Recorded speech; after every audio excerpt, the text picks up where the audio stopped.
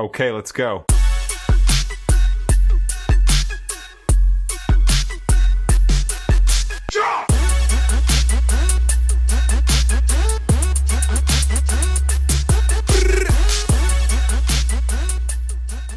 At your house, you were in labor, having contractions. We go actually outside and walking around like your garden, you and your hubby. You're trying to distract me. Trying to have you use different options.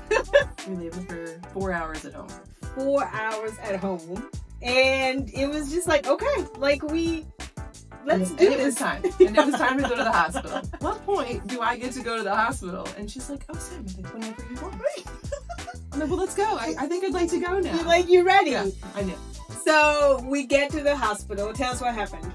Get there, walk up, more so waddle up to triage. And you did great. Yeah, thank you. And I knew that I needed to be checked right away. I felt like I needed to push. I know what that means. Yeah. I said my husband out. I said, find a nurse, tell her to come in here and check me. Yeah. She comes in, puts her hands in. She's like, you're 9.5 centimeters. 9.5 centimeters. I was like, oh, thank God. And then she's like, let's go have a baby.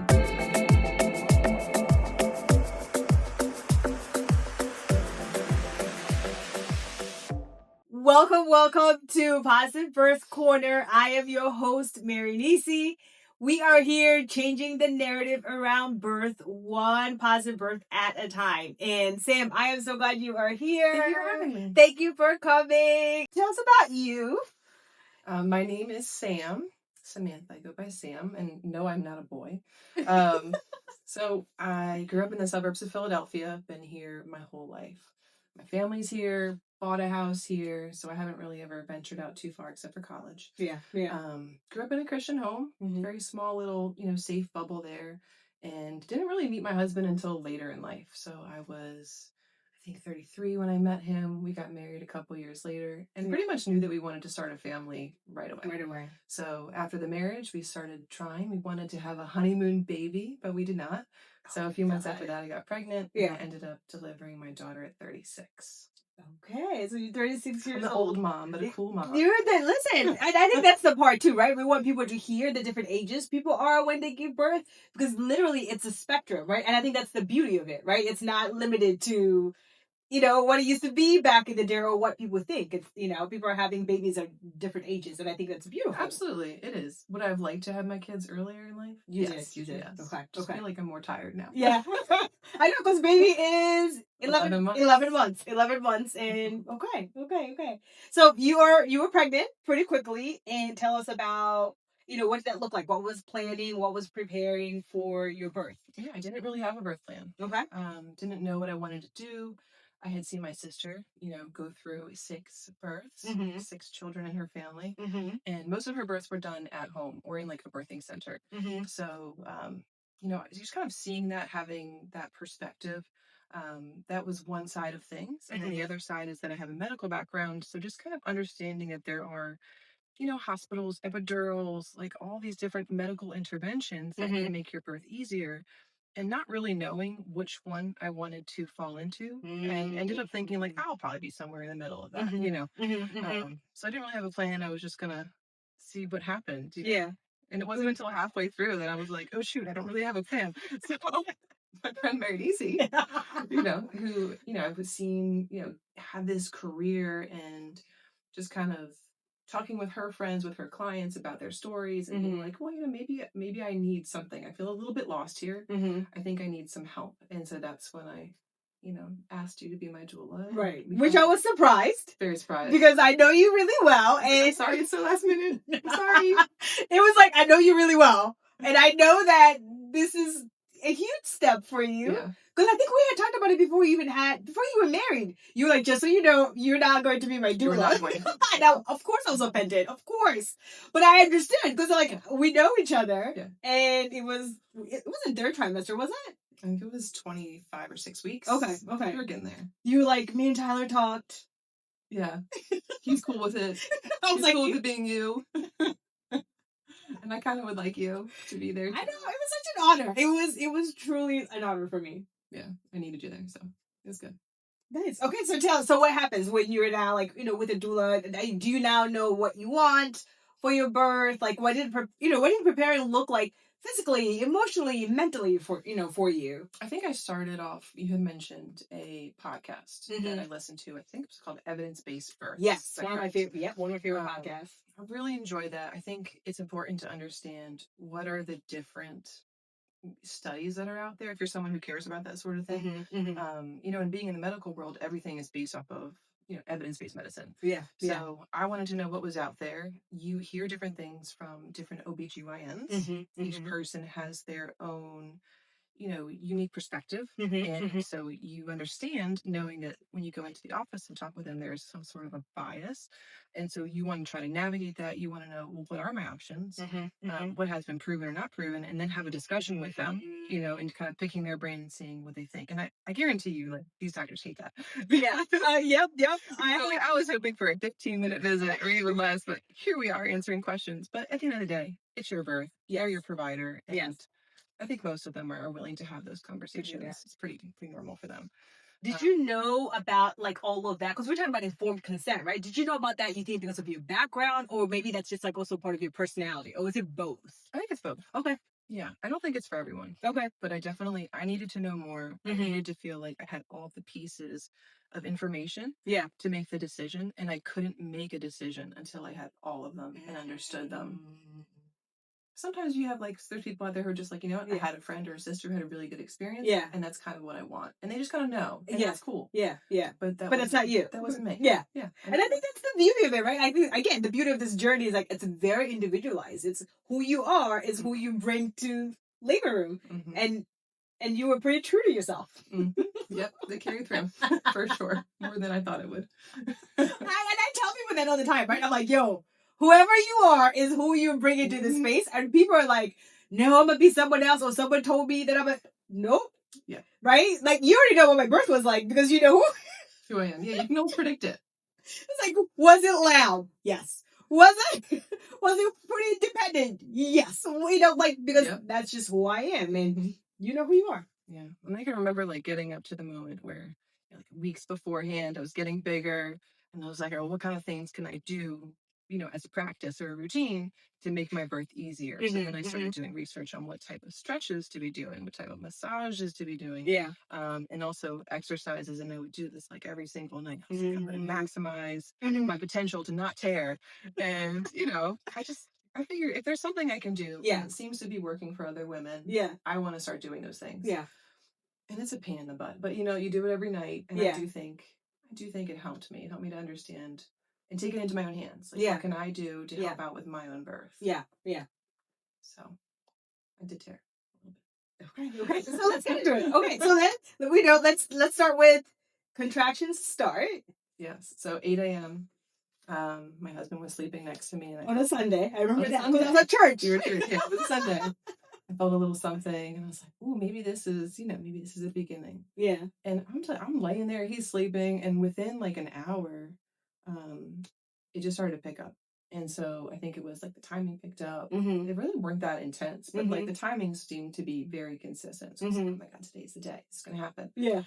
So I wake him up and I tell him, and he's completely unfazed. I don't even think that he knew that it was. Well, I wasn't that surprised because if you know Tyler, you would be like, "Yeah, that checks out." Yeah, and he's just a very calm person. Yeah. Yep. So he was, he was like, "Okay, all right, well, let's just see how it goes," and we just went about the day. Yeah. Around 12 o'clock, things started to pick up in intensity, and I had tried doing one of these maneuvers to help get the baby in a better position. That's right. And it was so intense that I was like, I'm not doing any more of those. I'm not doing it. Wait, did I tell you to do that? Yes. Oh, that's I got down on my hands and my knees and put my butt in the air. And I had this contraction that I was like, what? Oh, that's right. I forgot about that. And then I was like, no, I can't do this. This is not good. So, no you more. told me no. You're like, no. No. I didn't do it again. And then I was having, and then that really kind of almost propelled it a little bit. So what you're saying is your doula told you to do something that helps. It did help. It was not fun. So yeah. So that helped. And then I was struggling and I called you and you were still at church. And so you were get in the shower. Yeah. Thank God, because it really just having something to do. Like certainly the warm water is like relaxing and it helps with like back spasms if you have them.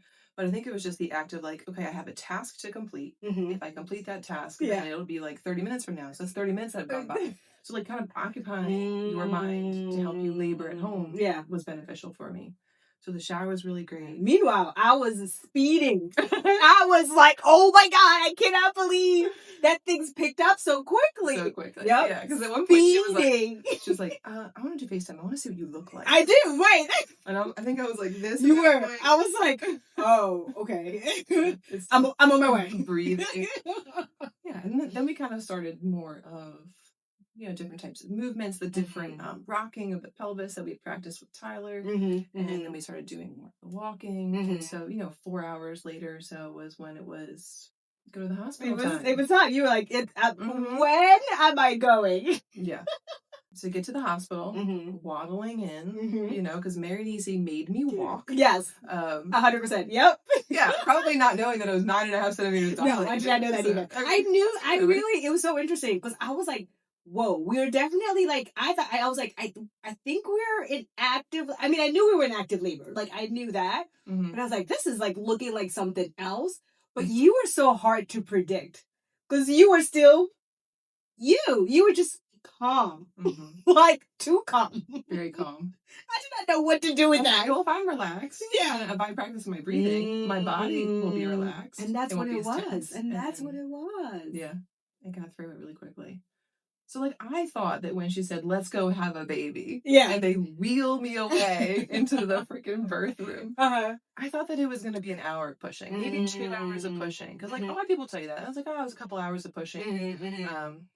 And it wasn't. It was a lot longer, and it was a lot more painful than I expected. But I think that's just because I had done so well with, like, laboring at home that I just assumed we're going to keep continuing on that same trend. And so that was like a reality check for me. And that, after all of that, looking back on it, it's different than what you think every time. Every time. And that's and I think you and I have had this conversation, right? Because I always think this is really interesting to hear your perspective of what that felt like for you, right? I think of someone like being there as a doula who have seen like all this birth.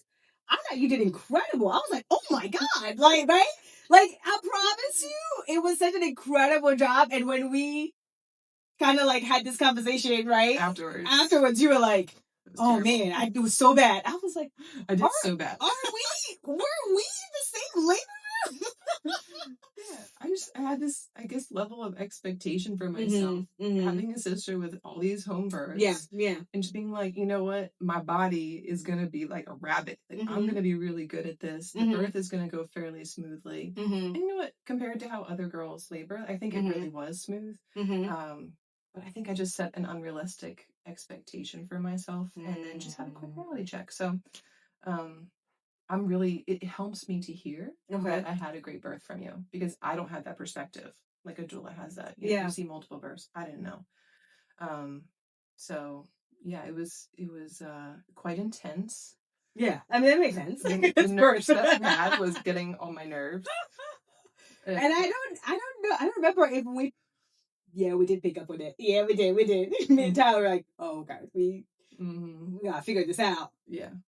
She had so many stories. She was trying to talk. She was trying to talk to me. I was not trying to talk. And then she was trying to tell me what my body was doing, and how I needed to wait a little bit longer. And it's really great having an advocate there who can be like, no, she needs this. Yeah. And because like you can see the body language, you can kind of pick up on cues that it's, we're getting to different places where like they don't know you. Yeah. They don't know that I'm a quiet person. Right. So, and I think that, and that's, obviously, like, I'm biased when it comes about doulas, right? But I think that's the beauty of doulas, is that you get to build that relationship earlier, right? That they can peep, like, wait a minute, right? Like, or, they can look at your partner and be like, what's going on here? And you were very quiet, right? Like, you have people who are pushing. Like, when I was pushing, I was definitely very loud, which makes sense. Again, I'm loud. Like, that makes sense why I was like, right? You did not make any noise, and the nurse was confused, and therefore thought, I don't know what it is that she thought was going on, right? But like just fine. Please get the doctor. Can I push? Can I push it? Yeah, she's like, don't push it. And you're like, I feel like I need to push. Yeah, so we were 9.5 centimeters for a while though. So there was just like a little bit of a lip that needed to move back over the cervix in order for me to start pushing. So we tried different positions, try to like progress the head down a little bit further to help with that, which was helpful. It just took some time, and then I was so happy when I could finally start pushing, because I just felt like for the past couple hours, that's all my body wanted to do was like push. And I had to like squeeze and try not to allow my body to push, which is the craziest concept. Isn't it? Like, I'm sorry. I still don't know about that part. Yeah. But, you know, I trust her. I certainly don't want anything bad to happen. If she's giving medical advice, let's do it. So, so I had to wait a little bit, and we tried different positions. When the labor like wasn't like progressing as much, the OBG came in and she said, you know, the baby's sunny side up, which typically means longer labors, sometimes more painful labors, and especially with, you know, no epidural, no Tylenol, like nothing. Like I was really just going to have to get through it. And so 5 hours of pushing. Yeah. I remember being hot. I remember having a antique fan. MaryNissi came with this antique fan. My husband was like, I did. Where did I think I got them at like some thrift store, and I thought they were so cool. Yeah, they were like bamboo, and they were cool. They just weren't that effective. He got me how many fans after? Two like rechargeable fans. Yeah, he's like, here, but next birth, you gonna do this, right?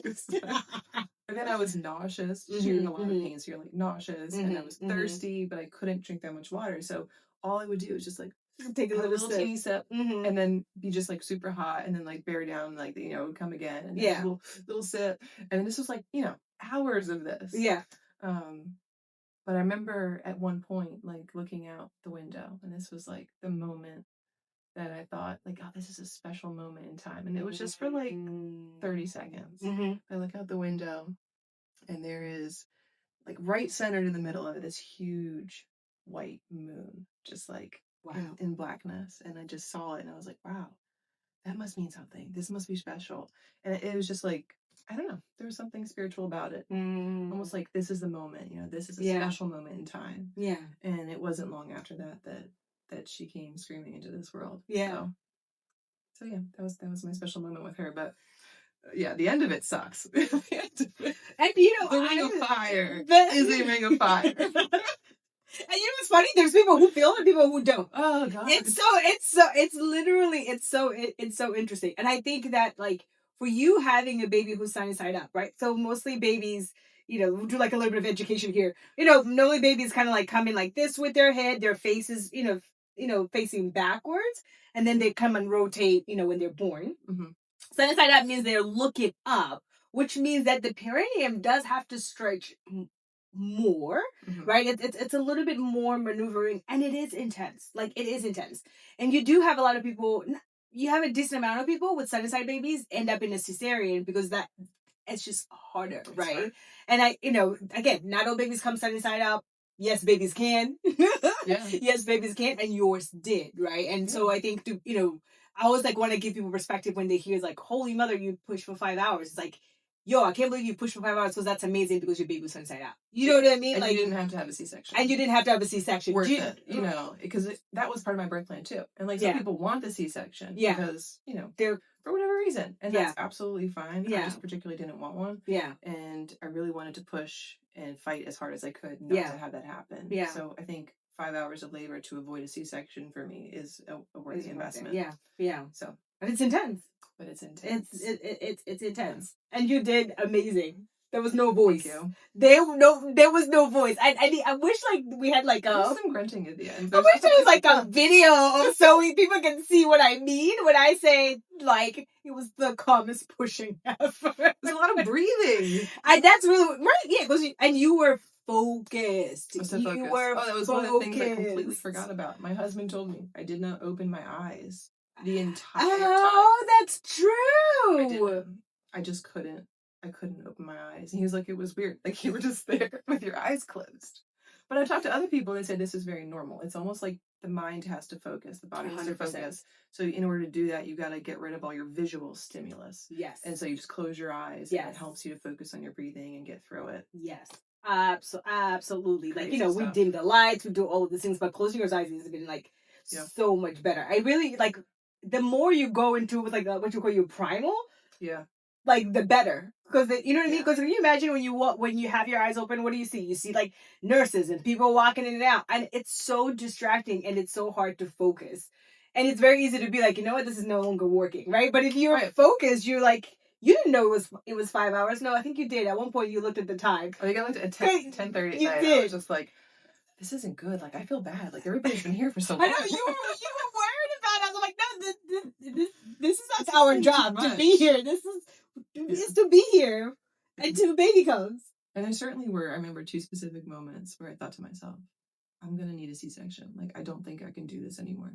So I think it's normal to have those thoughts. 100%. To kind of face them. Yeah. And then to try to push through them. Some people, you know, are unable to, and that's okay. You know, you kind of go through with what you need to go through to get that baby out safe. Yes. So, but thank God she came out safely. Yeah. And didn't have to have the C-section. So I think the recovery was a little bit easier because of that. But yeah. You know, if they would have told me, like, Sam, you need to have a C-section, she's not doing well, let's do it. Like, you just do what you gotta do in that moment. Yeah. Craziness. Oh my God. My favorite part, though, the OBG was very, very cool. I remember you telling me this, too. Yo, your OB was good. She was respectful of my birth plan. She read it. Yes. She tried to stick to it. Yes. She was trying to get, like, my husband involved at one point. She wanted him to, like, come down to, like, get excited about it. She wanted me to be a part of the birth as well. She gave me feedback, like, halfway through. She said to me, Sam, you're not pushing hard enough. Yeah. And, like, you almost, like, you're like, for half a second you take offense. Of course. Because you're like, okay. I'm doing everything that I can. I'm trying. Yeah. But, like, in that moment, I was like, you know what, you're right. Like, I really wasn't giving a good push. Yeah. Like, and you received that so well, too. Like, I feel like that charged you. You're like, okay. I was like, okay, so I can push harder. And I think part of that, too, is just hearing from other moms, like, oh, you don't want to push too hard because you could tear. Or, like, too early. Like, try to take it slow and steady. You know, like, just don't rush into it. So I was just kind of pacing myself. But for her to give me that feedback, like, you need to push harder, I'm like, all right, I can kick it up. Let's do this. Yeah. So, and you had a set-aside baby. So you had to, you didn't have really a choice. Yeah, exactly. Yeah. It's coming out. Yeah. So she gave me the feedback, and then also at, like, the moment, you know, after the ring of dreaded fire, and I don't know why I'm laughing. a tearing sensation, you know, you could feel that a little bit. Then, you know, she was like, Sam, and she kind of like yelled a little bit too, which was great. Sam, reach down and grab your baby. And I was like, what? I just like did it, and I like put my hands down, and I like grabbed underneath her arm, holding the head, right? Yeah. So I grabbed underneath the arm, and I like pulled her out, and she was like warm and wet, and they just, you know, covered in poop, which is a whole other fun thing. Wasn't my poop. Baby's poop. And then throws her onto the chest, you know, and just like to be able to have that moment where you can actually lift the baby up and out. Like you caught your baby. Yeah. More of like a guiding. I don't want to catch that baby. A guiding catch of your baby. I did not do well in that moment. Yeah, so help the baby out. And that was a beautiful thing. And then, you know, she delivered the placenta. She actually showed placenta to me. So, you know, I was very fortunate in having a great OBGYN. Yeah. Girl. So. Did you know about your OB? Did you kind of like find her? Did you research about her? Or you just before? I liked the group. There was one person who had really, really great reviews. And so I had most of my appointments with him and that same person over and over again. Right. And I think that was beneficial. Yes, that's all I was saying. That's always, you know, my thing. I'm like, you find a good OB, go with that. Because you can't predict who you're going to have for your labor. So just have that good, you know, person for your prenatal. Yeah. And I didn't get him, but I got her. Yeah. I was really happy about it. Yeah. And, you know, it worked out well for us. She was great. Yeah, she was great. And even like when I saw her in the office, she was awesome too. I was like, do you remember me? Do you remember my birth? She was like, absolutely. Like, nobody will forget that birth. She said, absolutely. I was like, okay. Nobody will forget that birth. It was the quietest birth I've ever been in. And now we're at 11 months. Now we're at 11 months. Starting walking this week.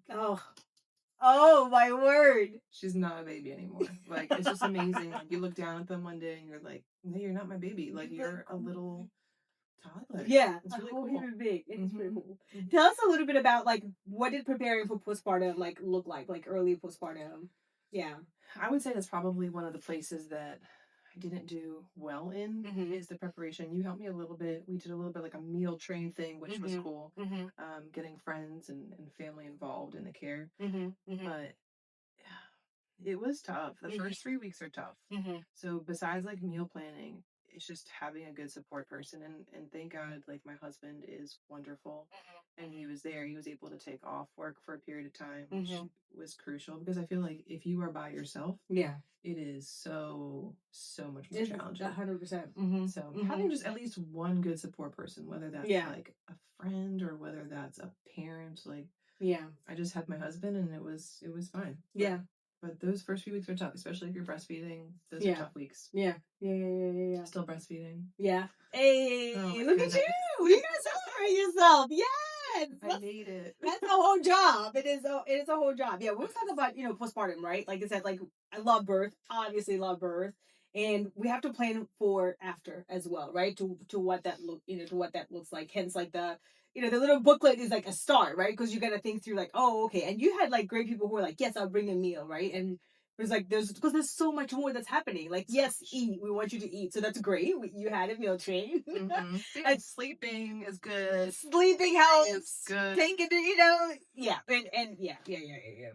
Yeah. So I mean, we kind of just like got through it. Yeah. I'm like, you don't have to have a great support system to make it through, but it's nice to have that. It makes it better to have those things. But like at the end of the day, if you don't have a good support system around you, you will get through it. You'll get through it. You'll get through it. That I love that so much because I think that for someone like me in the work that I do, I'm always like, go find your village, right? And the truth is, not everybody has that, or are even able to find that, right? Or it might be there's other things going on in the family, right? There's other people that need, parents need taken care of, and so I love that like you can say, you will get through it. Like it's really okay. Yes, this would be a best scenario if you if you have this people, or if you have mom or someone to comes like take the baby and who wants to hold the baby and take them away from you. Right. And but if you don't, just do it on you would do it, and it'll be okay. It'll be okay. It's a season. Exactly. Lots of seasons. I love that. I go through like 5 or 6 seasons in the first year. Yeah, it's a lot. You have a baby, and then like they are walking. You're like, how did we get here? Like this is all in a year. 5 years. All in a year. That's wild. Oh my god. Anyway, so what does positive birth story mean to you? And then what do you have, like a advice or affirmation for the person listening? A positive birth story. Like when you go online, you look at a review, and most reviews are bad reviews because people want to speak their mind when something bad happens to them. So even with talking with your friends, a lot of people will share the difficult parts about their labor as opposed to like the beautiful moments about their labor. So much of it is negative, and I think scary to first time moms. And I was certainly was scared going into it, more so about the pain than anything else. But I remember early on you were like yelling at people for me. Don't tell her that. Like, anybody sharing their story with her, like let her do her own thing. Yes. And it was like very intentional, but I think that makes sense because there's so much negativity in the world. So to have a positive birth story, I think is really important, especially for first time moms. And so I'm just hoping that, my story and other clients, viewers come on here, be able to share and just encourage young people. Yeah. Like so. You get to yes. You can do it. Yes. And what affirmation or advice you have? I would say that it's just not, it may not be for everybody, but I really liked knowing more. I really liked understanding what options were out there. Yeah. The handout that you had given me early on kind of showed the different options that there were. And just make a list for yourself. Know what's available to you, what's not available to you, what kind of pain meds there are, why we do them, why we don't do them. Just so you know. So you're not like there in pain saying like, I need this, I need that. But you really don't understand that there's maybe a couple other things that we could try before then. So, be an advocate for yourself. Be an advocate for your friends also, and giving them the good parts of your story and trying not to hurt their mind. Yes, stop scaring people. Stuff. Yes. Yes, pass that positive birth story along. Yeah. And then, oh my gosh, yes. And that's literally it, right? Like, share the story with someone else. I always say we're always in mom groups, right? Or like on Facebook or wherever we're at. Share it with someone else so that people can know, like, there's people having really good birth stories, even when baby is sunny side up, right? Like, yeah, even when it's tough. Even when it's tough, like you can do it. Your body was meant to do it. But thank you so much for being here. Thank you for having me. I know it's a lot. Listen, I'm always like, adulthood is hard. Like, we have work, we have job. The child. Whole child. Teething. You're gonna go TD, you're gonna go take care of yourself and your family. And so I'm just really grateful for you being here. It's fun kind of going through it again. Yeah. So I'm so glad. Anyway, thank you so much for being here. Till next week. Share with a friend. Be ready for the notification button. And we'll see you next week.